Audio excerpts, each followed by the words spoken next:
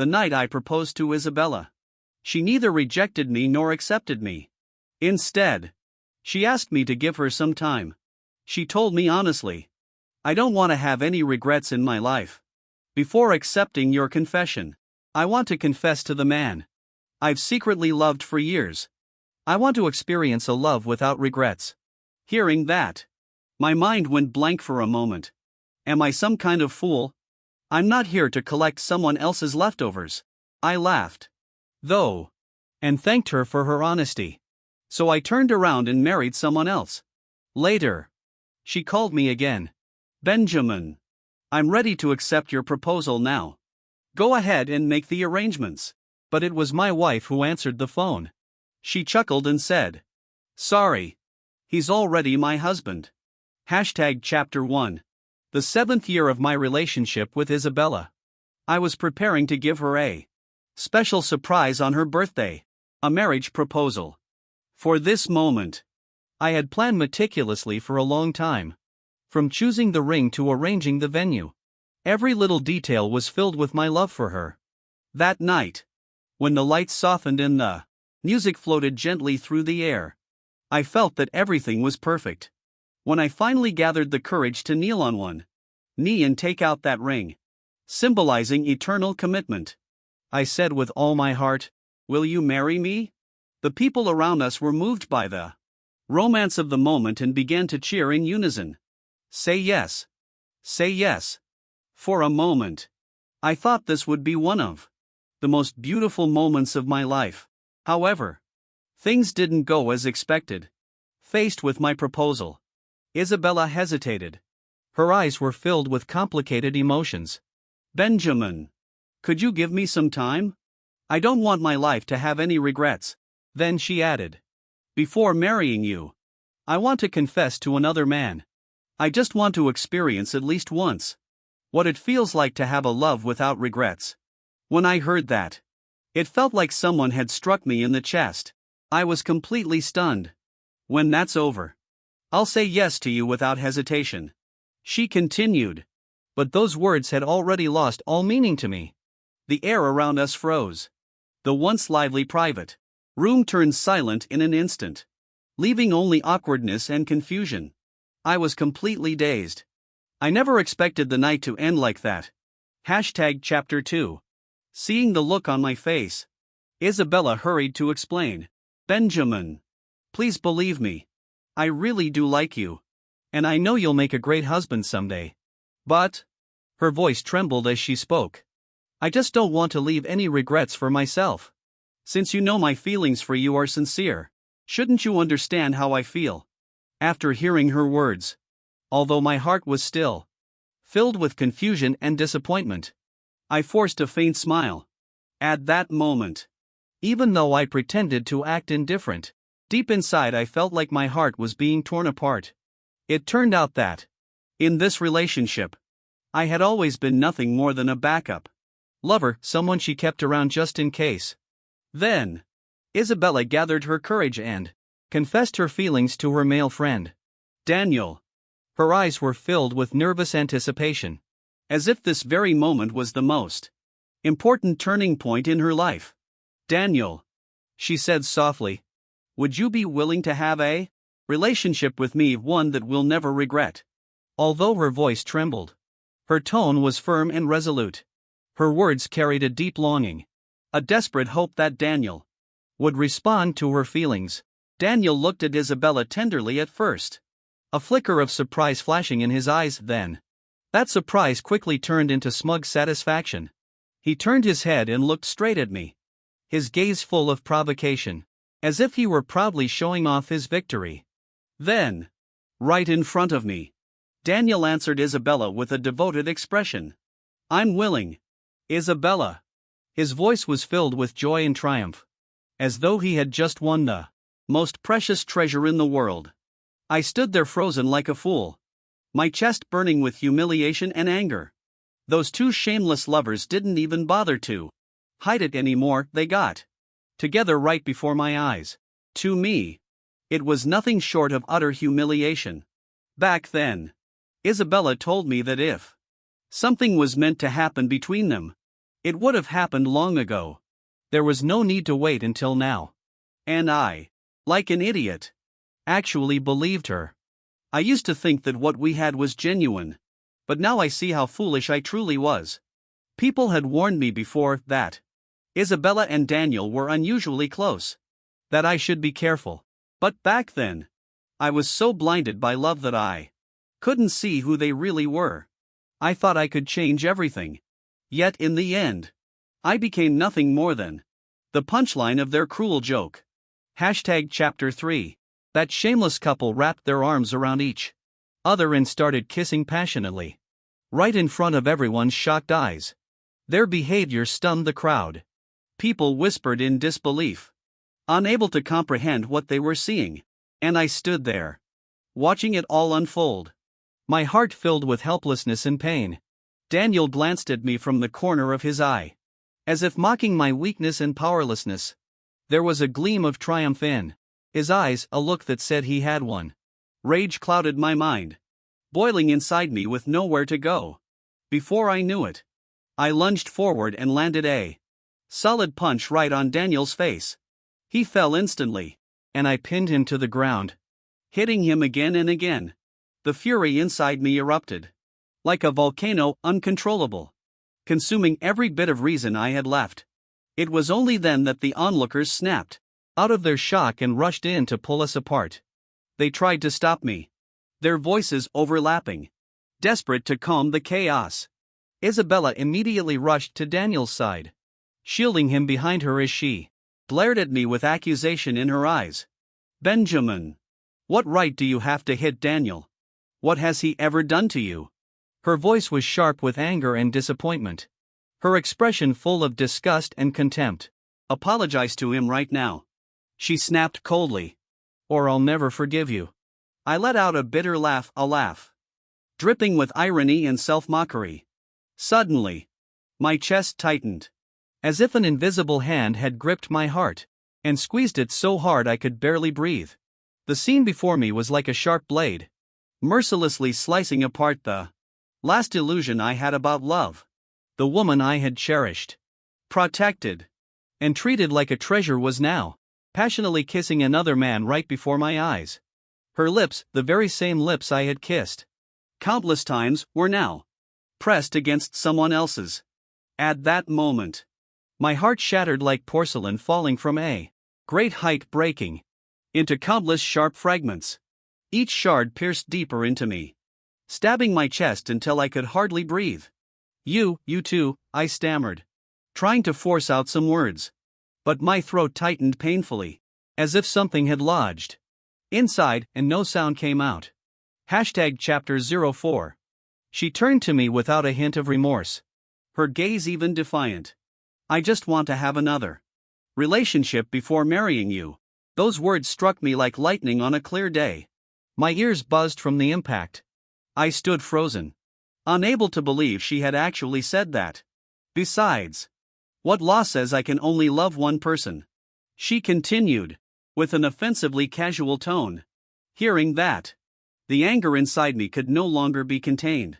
But I knew that if I let my rage take over, it would only make her feel even more satisfied. So I repressed my fury and said calmly, let's end this. If you choose her, then stay with her.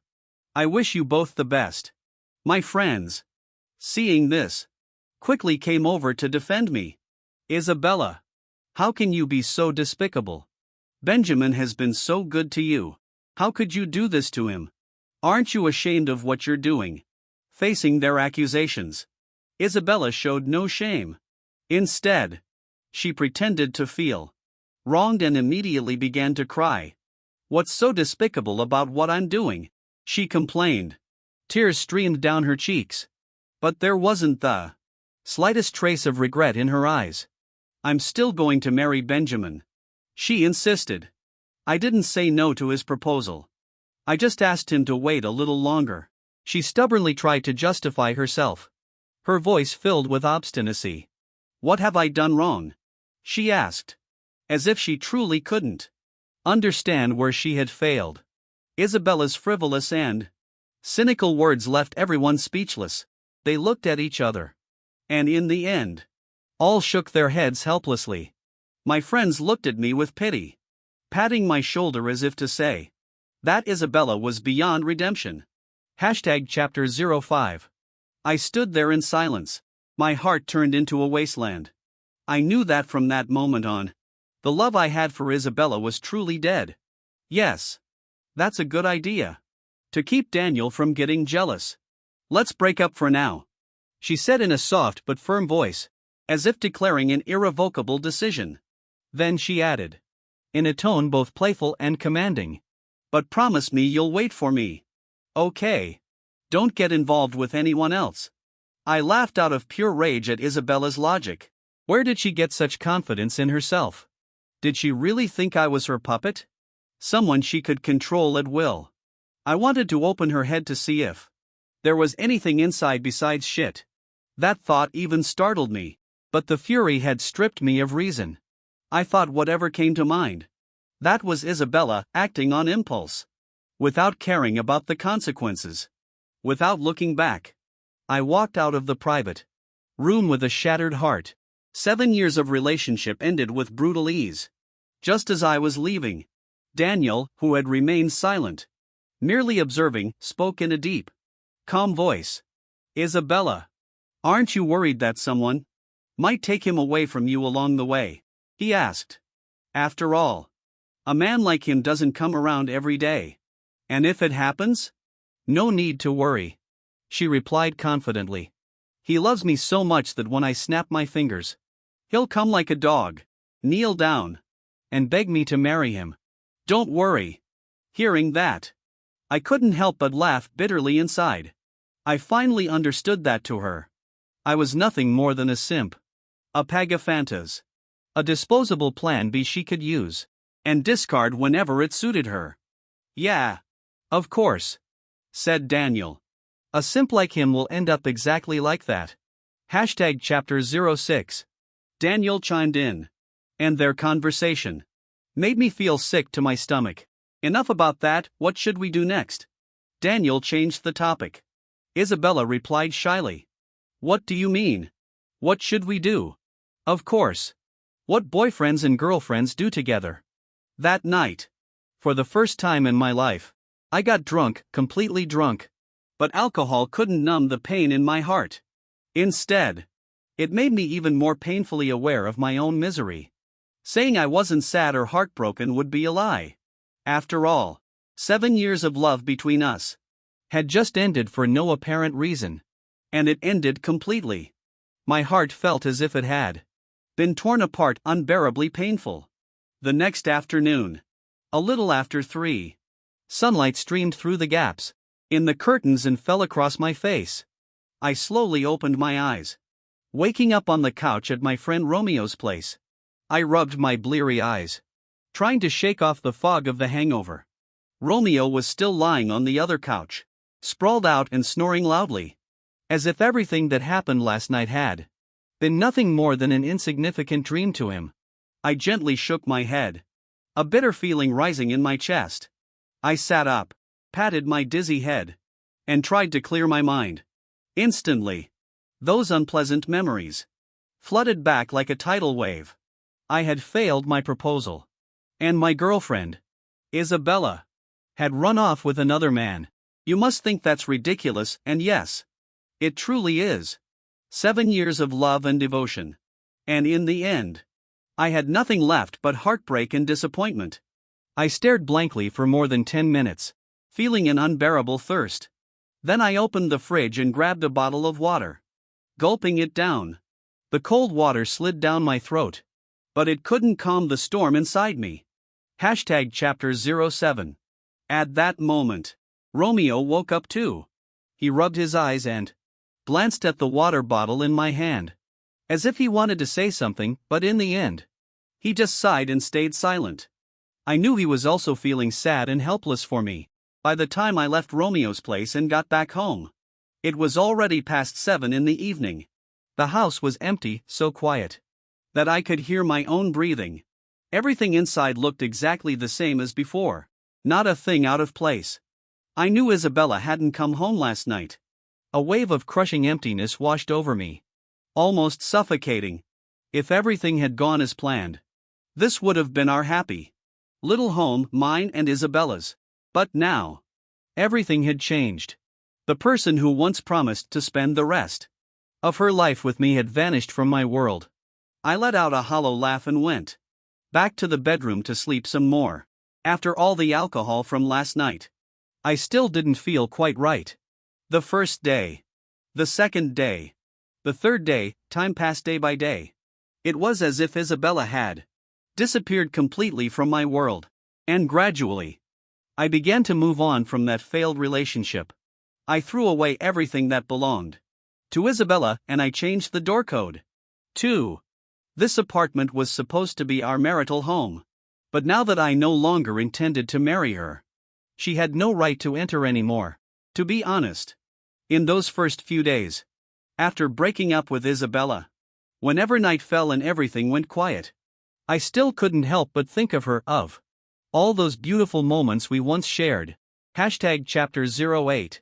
That weekend, sunlight lazily spilled across the curtains.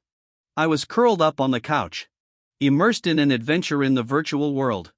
The rhythmic tapping of the keyboard and the stirring music in my headphones formed the only melody in my small, private universe. But that peace was suddenly shattered by a rapid, insistent knocking at the door. "Who is it?" I shouted impatiently, my fingers still glued to the keyboard, trying to cling to what little focus I had left in the game. "Benjamin, open the door. I know you're in there." The voice outside was all too familiar and infuriating. It was Isabella. Half a month ago, she had vanished like the wind, no warning, no message, no explanation. And now, she had reappeared, acting as if nothing had happened, as if everything were perfectly normal. I wanted to ignore her, but the relentless knocking was clearly designed to test my patience. I could no longer concentrate on the game. A wave of irritation surged through me. With a heavy sigh, I finally stood up and went to open the door. The moment it swung open, there she was, Isabella, standing beside Daniel. At their feet lay a pile of luggage, big and small. Clearly, they hadn't come empty-handed. "What do you want, Isabella?" I snapped.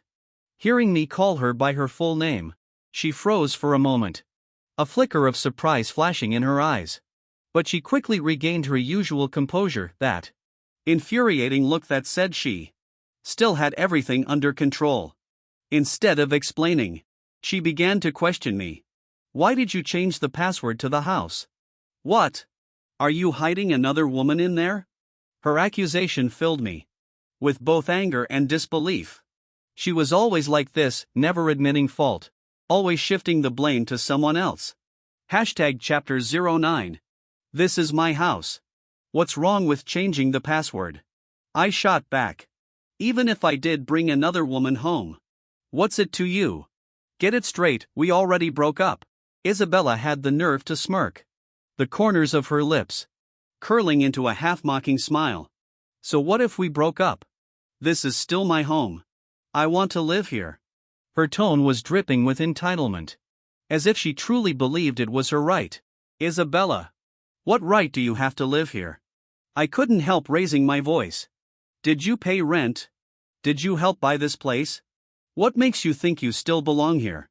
Stop it, Benjamin."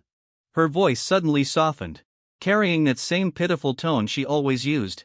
"I know you're just jealous, angry that I didn't say yes to your proposal that night. I already explained it to you.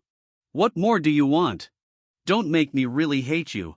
If you do, even if you beg me later, I won't take you back." I gave a bitter laugh. So that was her logic again. It was always someone else's fault. She was always the victim. "Yeah, Benjamin," Daniel chimed in smugly. "Isabella and I are just dating. That's all. She'll still end up with you in the end. You're such a man. And yet you can't even handle your woman liking another guy. How petty can you be?" His words dripped with disdain and mockery. In his eyes was a glint of provocation, as if saying, "See? You'll never beat me." I tried my best to stay calm. But the fury boiling inside me was like a volcano about to erupt. Get out. Don't make me hit you, because this time, no one's going to stop me. My voice was cold as steel. My gaze sharp enough to cut. Daniel's smug grin froze instantly. He avoided my eyes. And for the first time, I saw a flicker of fear and embarrassment cross his face. He knew he had truly pushed me too far. Chapter 10. Benjamin. I'm warning you, show some respect to Daniel. He's my boyfriend now. You'd better apologize to both of us right away. Isabella stood beside Daniel, her voice shrill and cutting. Her eyes gleamed with arrogance and pride, as if she had already won some invisible battle. Then take your dog of a boyfriend and get out of my house. Don't ever show up in front of me again. I shot back coldly, without the slightest trace of hesitation. My tone was icy, firm, utterly unyielding. Isabella grew even more aggressive. Benjamin, are you deaf? I said. Get on your knees and apologize to me and Daniel. Her voice rose higher and higher, sharp enough to pierce the air. That was it. I exploded. Apologize your damn ass. Get the hell out before I call the police and report you for trespassing. My roar thundered through the room, shaking the walls with sheer fury. Isabella's face flushed crimson, her eyes blazing with anger. I'm telling you, with the way you're acting today, you'll never measure up to my Daniel. She spat the words with venom, then added mockingly, Daniel even thought about bringing you a gift during our trip. Can you believe that? Her tone was full of scorn. You don't even deserve Daniel's gift. Just wait, you'll regret this someday. You'll pay for what you did today. Isabella glared at me one last time, threw out those vicious words, and stormed off. Her figure disappeared beyond the door, leaving behind an eerie silence. I couldn't help but wonder how she could be so sure that I would ever regret this. Maybe she still thought I had feelings for her. How laughable. I wasn't the same person I used to be. The old me might have been wounded by her words, but not anymore. Daniel clearly hadn't expected me to lose my temper like that. Carrying all those bags, he scurried after Isabella like a frightened puppy, his steps clumsy and awkward. Watching his pathetic retreat, I felt an odd, unexpected sense of satisfaction. So, Isabella had been off traveling with Daniel for the past half-month. For the sake of this so-called no-regrets love affair, she'd even blocked me on WeChat and deleted my number. That's why I hadn't known where she'd gone. It wasn't until a friend told me later that I finally understood. They had already started their new life together. Chapter 11. Downstairs in the complex, the night was ink dark and the streetlights cast a dim yellow glow as Isabella stormed off. Isabella, where will you live after this? Daniel couldn't help calling out, his voice carrying a faint, barely noticeable concern. Isabella stopped and turned, her expression shifting from anger to thoughtful consideration. After a moment's thought, her eyes hardened with resolve. I'll live with you. Hearing that, Daniel felt a rush of panic. Although their relationship had progressed, moving in together felt sudden to him. Is that okay? What if Benjamin finds out? Daniel hesitated. Isabella smiled slightly, her tone lightly teasing. Daniel, we're boyfriend and girlfriend now. What's wrong with living together? It's only natural. Do you dislike me or something? Daniel hurriedly shook his head, an awkward smile on his face. How could I dislike you? I'd be thrilled. But didn't you two say you were breaking up temporarily? Daniel probed. Isabella's gaze softened a little. She replied quietly, yes. We're only temporarily broken up. He's only fit to be a husband, not a boyfriend, she said with a trace of mockery. If you want romance, you should pick someone like you. Isabella looked at Daniel, with a gentle light in her eyes. Daniel nodded in agreement, a warm feeling welling up inside him. Right. Benjamin's all work and no fun. He's got no sense of romance at all. Daniel then grinned mischievously. So how long do we plan to date? Isabella thought for a moment and answered. We'll see how it goes. Just thinking about how he treated you earlier makes me so mad. I want to punish him properly. Hashtag chapter 12. A month had passed since Isabella and I broke up. Yet my feelings were still tangled and uneasy. That night, I was at home, aimlessly scrolling through my phone, when I suddenly got a call from Romeo. Hey, Benjamin. There's a class reunion tomorrow night. You coming? Romeo's voice came through the phone, full of excitement. I thought about it for a second since I didn't have any plans for the night anyway. I decided to say yes. I hadn't attended any class reunions these past few years, mainly because Isabella used to say that my evenings should belong to her alone. She'd say, if we're being honest, a class reunion is just an old lovers meet-up in disguise. So, Isabella had strictly forbidden me from going. At the time, I thought it was just because she cared about me. She was afraid I'd get flirted with by someone else. So I obediently listened to her. The next night, not long after Romeo and I arrived, Jennifer showed up. Her arrival immediately drew the attention of several male classmates. They hurried over to greet her. Jennifer. Long time no see. What made you decide to come to this year's reunion all of a sudden? One of the guys teased. Could it be because of someone? Jennifer chuckled softly. Oh, it's just been a while since I've seen everyone. I finally had some free time this year, so I thought I'd come by. Just then, a few female classmates rushed over to pull Jennifer to their side and save her from the teasing. Ugh. You guys are disgusting. What's going on in those dirty minds of yours all day long? Yeah. Get lost. Shoo. I had to admit Jennifer was still as popular as ever. She wasn't what you'd call stunning, but she had the kind of beauty that grew on you. Her personality was also great, easygoing and considerate. She could get along with anyone, and always knew where the line was. There was an inexplicable charm about her that drew both guys and girls alike. Romeo nudged me with his elbow, smirking mischievously. You think she came because of you? I looked at Jennifer chatting and laughing in the crowd and smiled. No way. Romeo, with a serious yet regretful look, said, you really don't know, do you? Back in college, she had a crush on you. We all knew it except you. You clueless fool. Hearing that, I couldn't help but feel surprised. Thinking back to our college days, there were indeed little signs that Jennifer might have liked me. We often went to classes together, ate together, did homework together, but I'd never thought about it that way. I'd always assumed we were just friends. Hashtag chapter 13.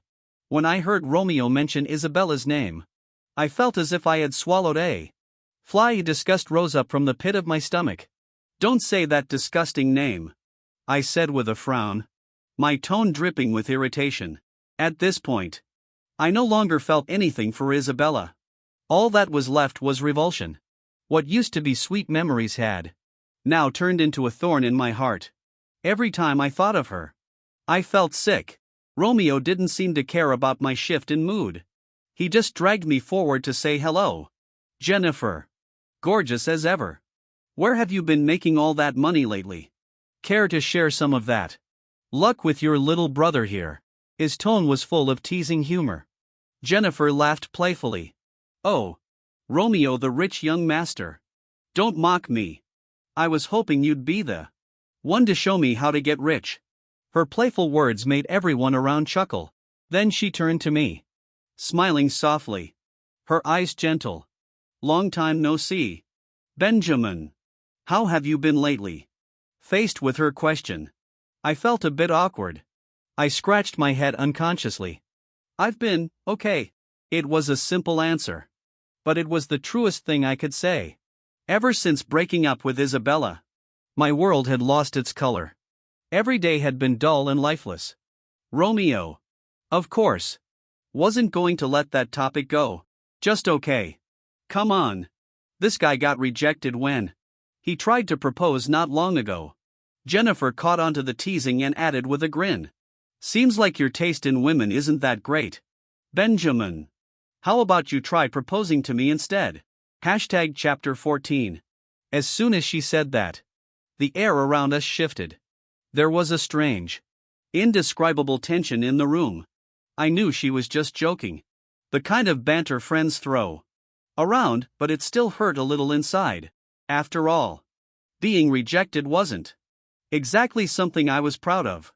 Luckily, everyone here were old friends, people I used to be really close with. And tonight's gathering was just among us. Those I wasn't that close to, like Isabella, weren't here. Thinking about that gave me a small sense of relief. Oh, looks like our beautiful Jennifer is making the first move. Romeo was the first to start the teasing again. And the private room instantly erupted in laughter and cheers. His words sparked a wave of playful excitement. And the atmosphere turned lively. Meanwhile, my face flushed red all the way to my ears. Having just learned that Jennifer once had a crush on me, this sudden confession caught me completely off guard. I stammered, unable to form a full sentence. My heart swirling with mixed emotions. Mostly, I was unsure, was I really ready to step into another relationship again? Sensing my discomfort, Jennifer playfully hit Romeo on the arm to shift the attention away. Will you stop talking nonsense already? Her movements were light and natural, giving everyone an easy way out of the awkward moment. Thanks to her, the tense atmosphere slowly melted away. Chapter 15. When the reunion finally ended, the sky had already grown dark, and the city lights were beginning to fade into the distance. Romeo and the others, almost as if they had rehearsed this moment countless times, shared a knowing, mischievous smile before gently nudging Jennifer toward me. Benjamin, you and Jennifer live in the same direction. You should give her a ride home. Romeo's voice echoed in my ears, distant yet clear, as though coming from far away. A moment later, they all scattered like the wind, leaving Jennifer and me standing beneath a dim streetlight. Our shadows stretched long on the pavement, weaving together. On the drive back, soft music filled the car.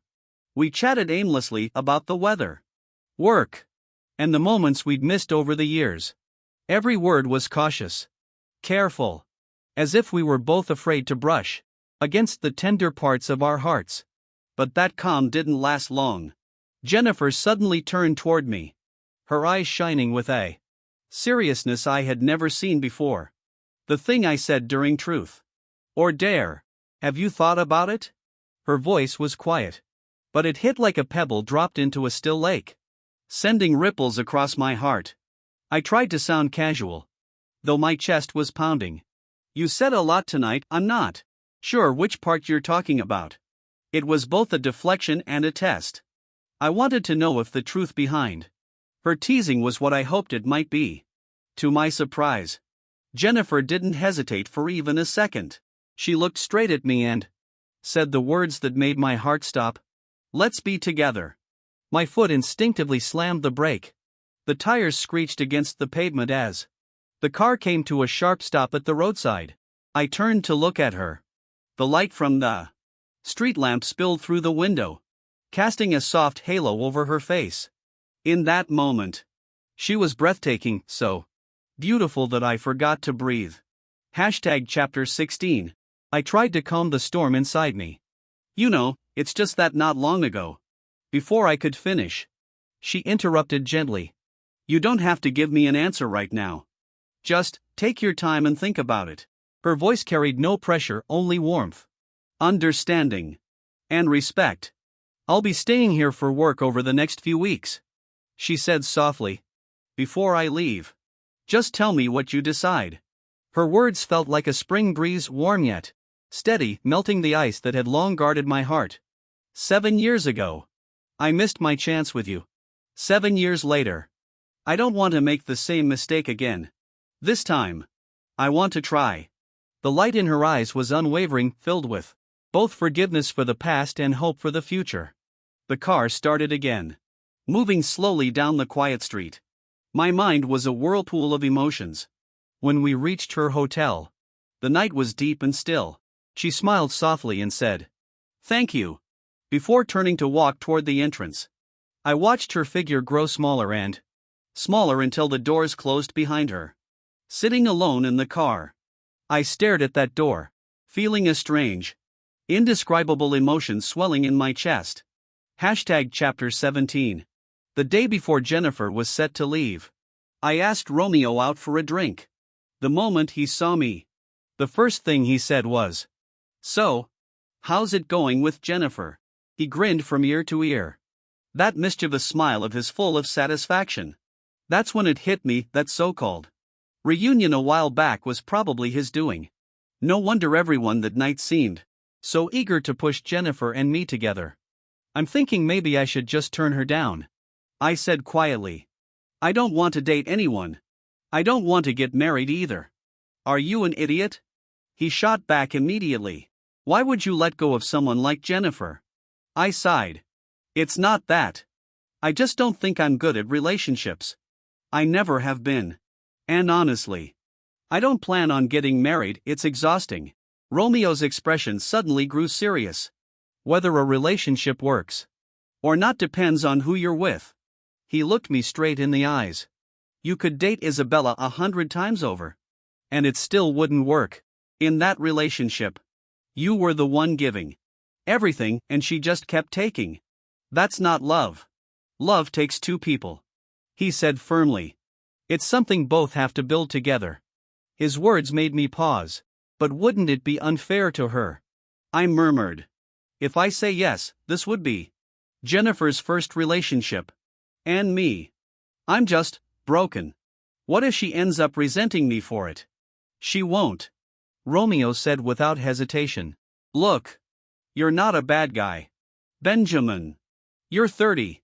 And you've only ever had one relationship. That's something to be proud of. Not ashamed of." He leaned in slightly, his tone softening.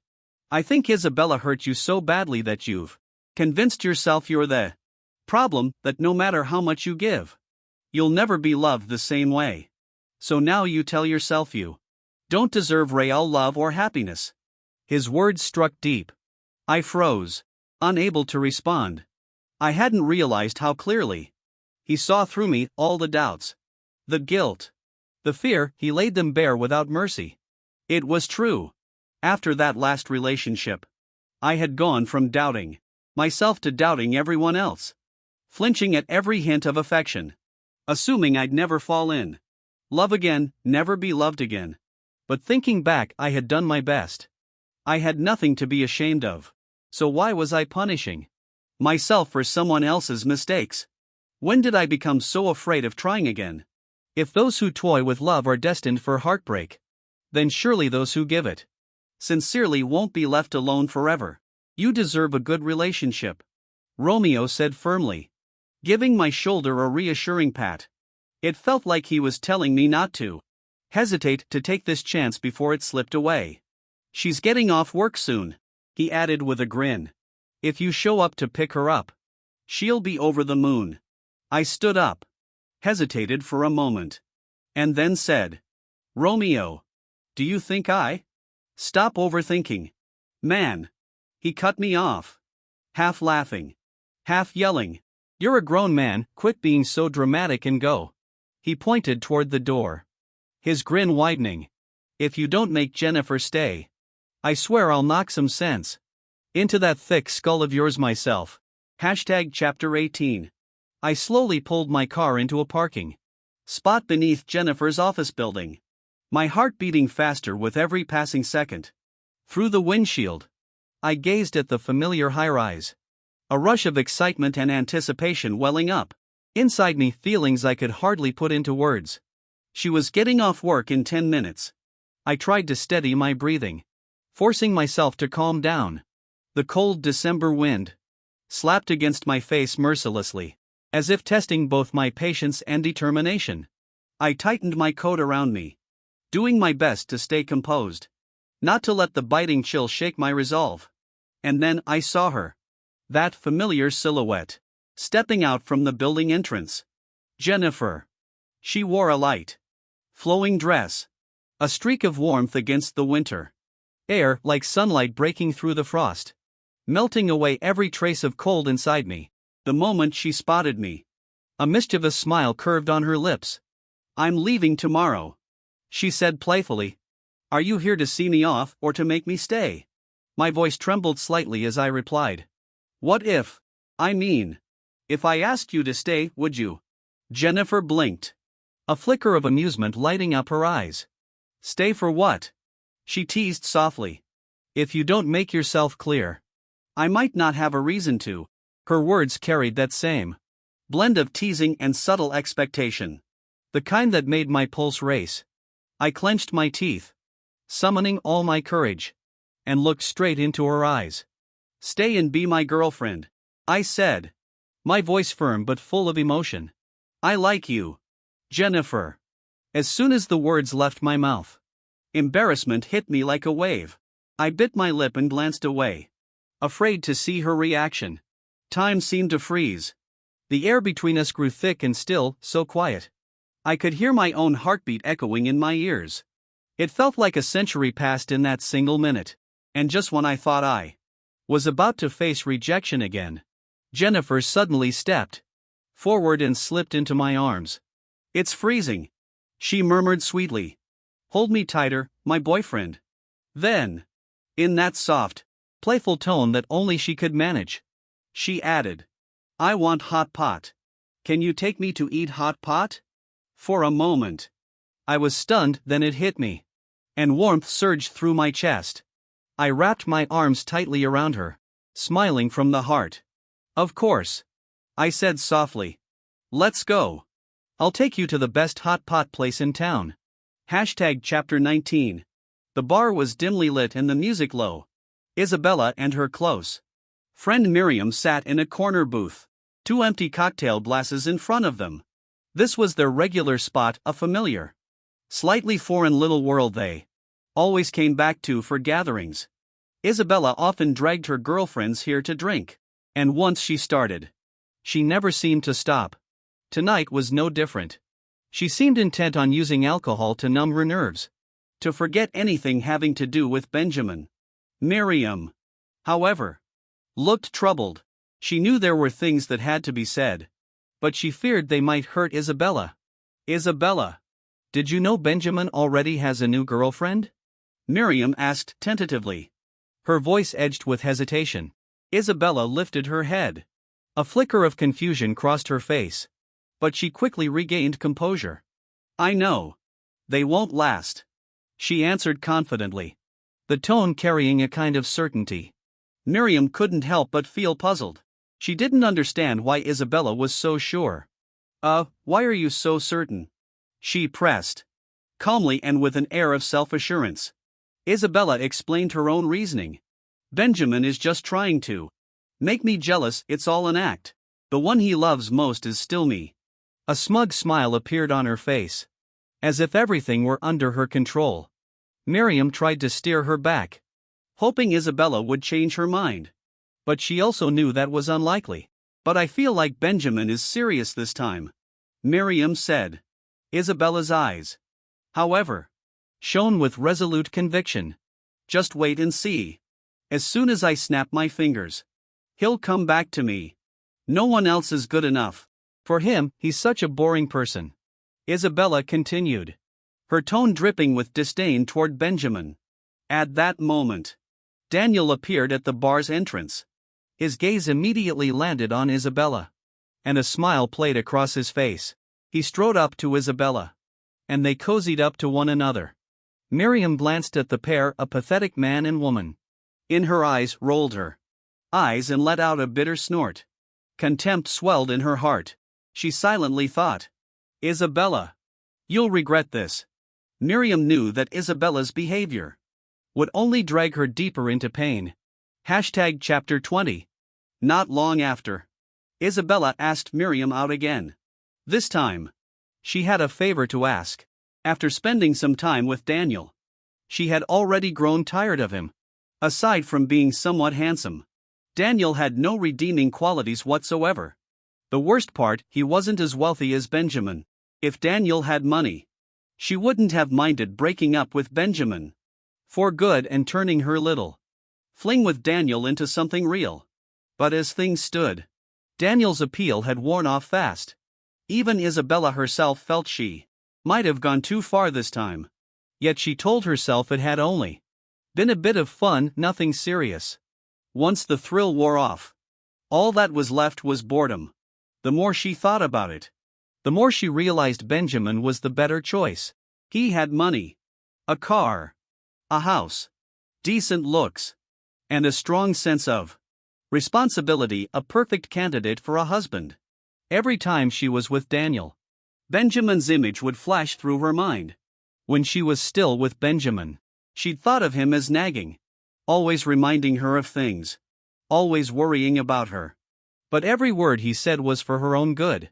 Whenever she got drunk, no matter how late it was, all it took was one call and Benjamin would show up to take her home, staying up all night to care for her. Daniel, on the other hand, was just a drinking buddy. They usually got wasted together and then called someone else to drive them home. Some people seem annoying. When you're with them, too quiet, too proper, too boring. Benjamin had been that kind of person to her.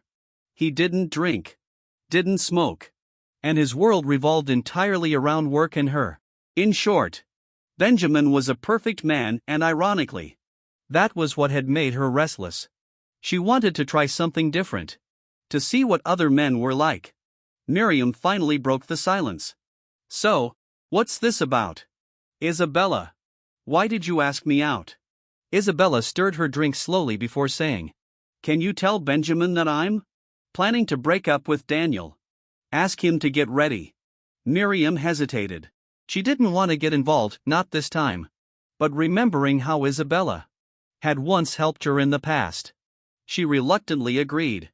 Fine, she said at last. I'll help you this one last time. But you'd better be prepared.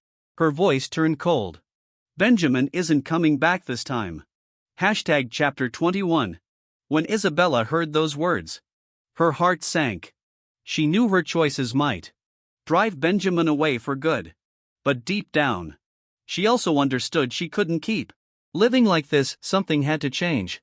Taking a deep breath, she said to Miriam, I understand. Thank you for the reminder. I'll think about it carefully. Back home, Isabella lay in bed, tossing and turning as her thoughts ran wild.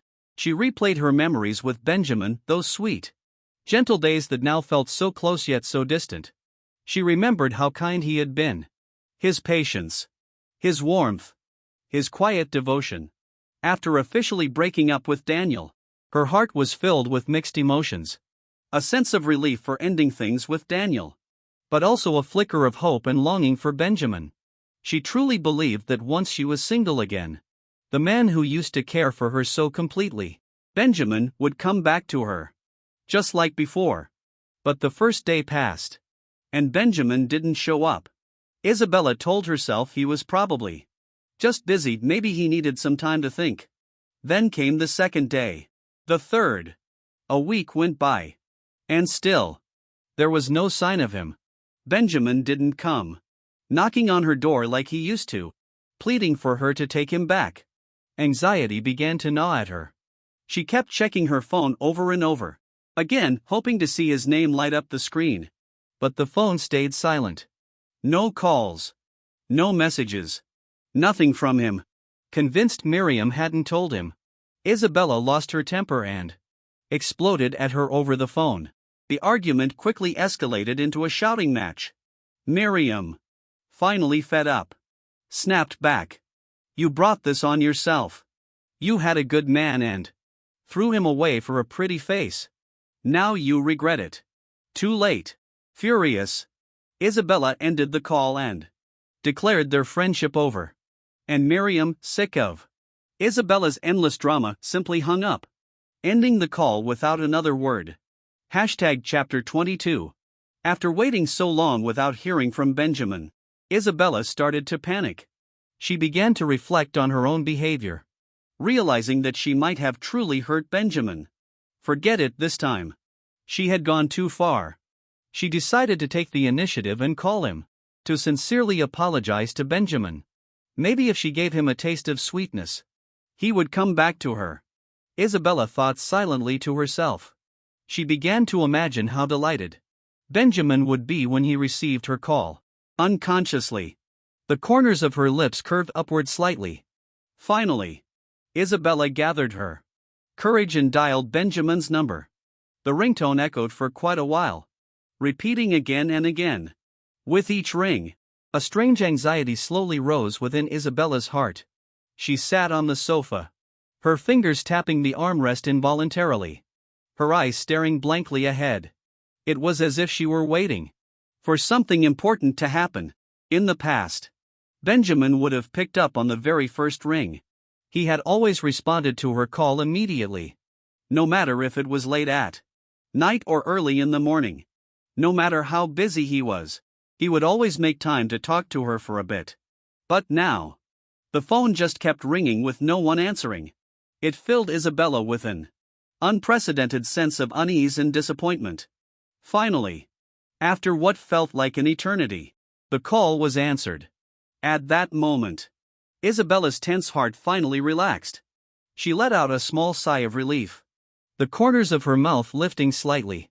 She thought, "See, Benjamin still loves me to death. How could he possibly ignore my call on purpose?" It had been more than 2 months since Isabella last called Benjamin. Before making this call, she had been reflecting on her mistakes and had carefully planned out how she would apologize. However, when the moment truly arrived, all her rehearsed words suddenly felt meaningless and weak.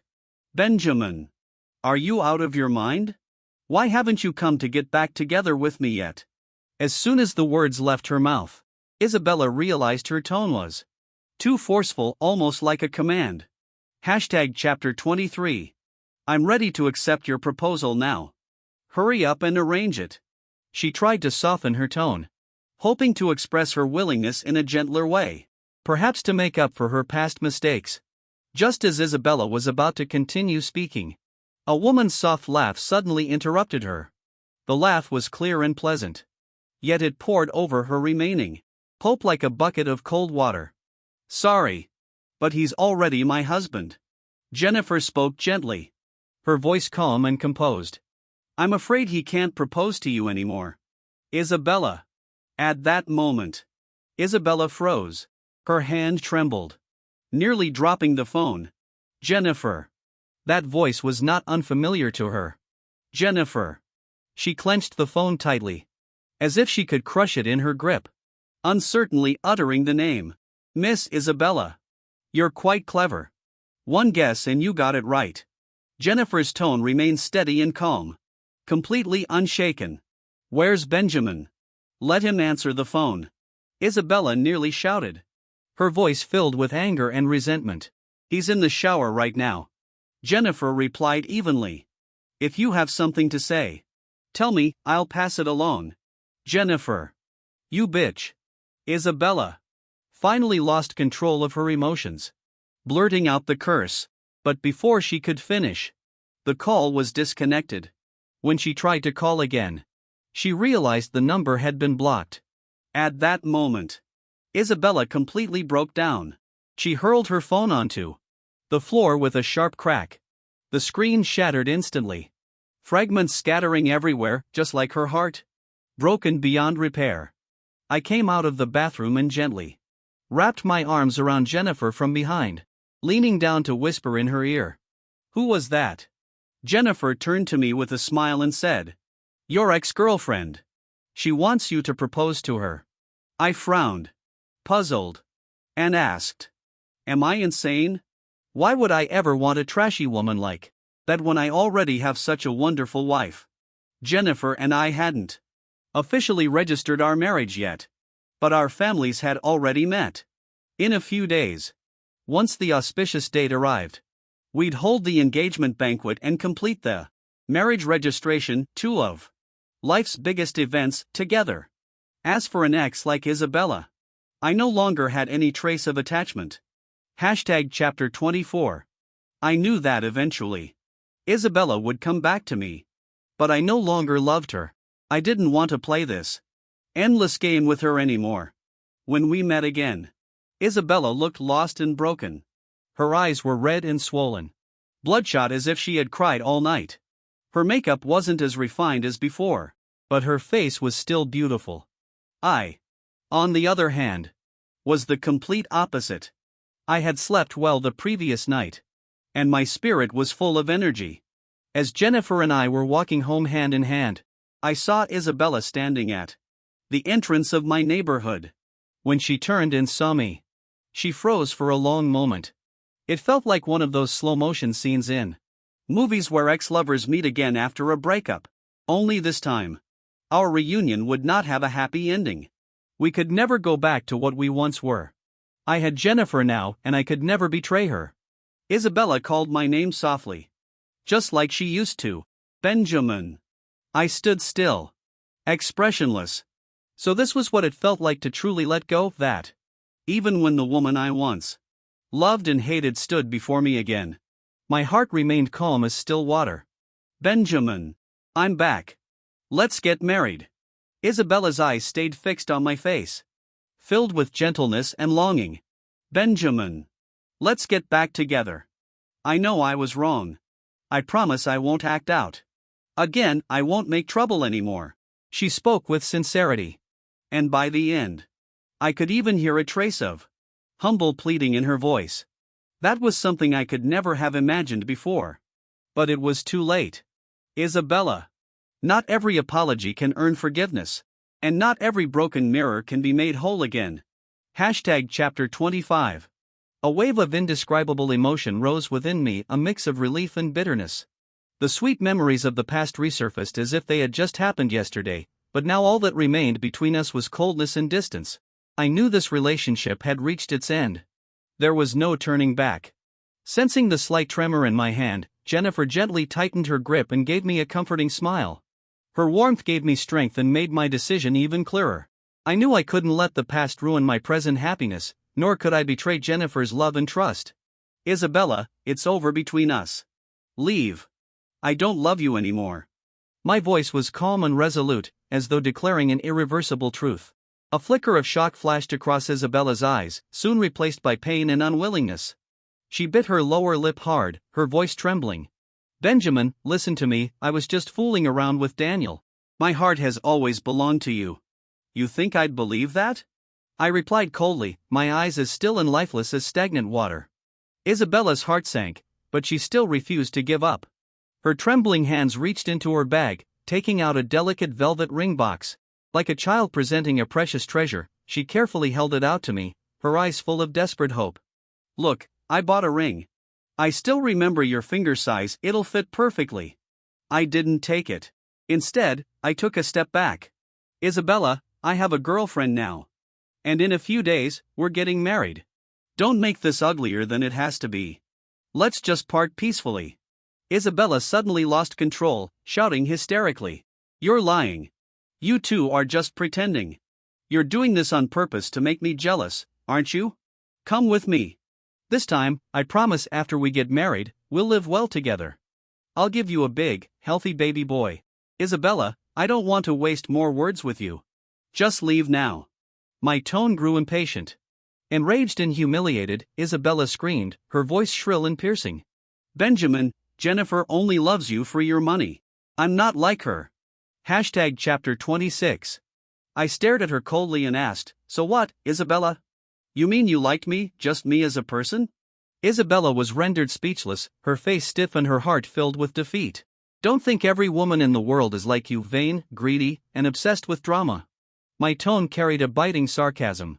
A few curious onlookers began to gather around, stopping to watch the scene unfold and whispering among themselves. Perhaps startled by the sudden authority in my voice, Isabella froze for a moment. It wasn't until I gently took Jennifer's hand and walked past her that Isabella finally turned around, her voice trembling with tears. Benjamin, can you at least tell me why did you choose her? It's simple, I said quietly. Because she loves me. Isabella let out a self-deprecating laugh, her expression filled with sorrow. She said nothing more, just stood there silently and motionless. From beginning to end, Benjamin hadn't held Jennifer's hand tightly. But he had always kept her safely behind him. There was once a night at a bar when she got into an argument, and Benjamin had protected her the same way, shielding her from harm. Only now, the one standing safely behind Benjamin was no longer her. She regretted it. Benjamin was still the same gentleman as before. Even though she was being unreasonable, he still spoke to her calmly and respectfully. At this moment, she finally understood Benjamin no longer loved her. She had thought that even if he rejected her today, she wouldn't be that sad. But she had underestimated how deeply she still felt for him. Maybe she had fallen in love with Benjamin long ago, she just never realized it. People often fail to see themselves clearly when faced with choices, always doing things they'll regret later. Chapter 27. After that day, Isabella never appeared in my life again. A month later, at my and Jennifer's wedding banquet, all our friends and family were present. After being together for a while, Jennifer had confessed that the class reunion that night was actually a setup arranged specifically to bring the two of us together. And Romeo was the mastermind behind it. At the wedding, I also learned that Romeo had another identity, he was actually Jennifer's cousin. Now, Jennifer and I have been married for 7 years. We have a son and a daughter, and our family is happy. Romeo still occasionally teases me using his elder's title. Hey, brother-in-law, call me cousin, come on. How about I call you grandpa instead? Heh, sure thing, grandson. You bastard. Cousin, your husband's hitting people again.